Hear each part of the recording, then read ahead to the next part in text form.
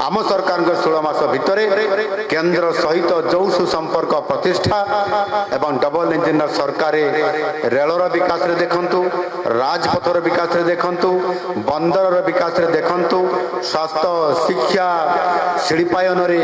उत्कर्ष ओडिशा भली एक विराट कार्यक्रम रे निजे आसी से मोदी ग्यारंटी दे कि ओडिशा एक संभावनार राज्य, खाली संभावनार राज्य नुह, ओडिशा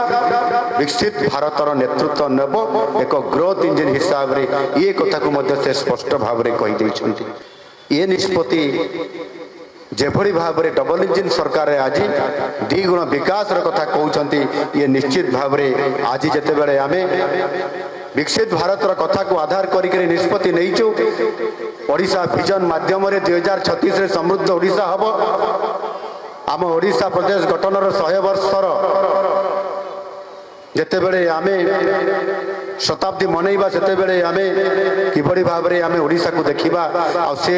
योजना आज आमे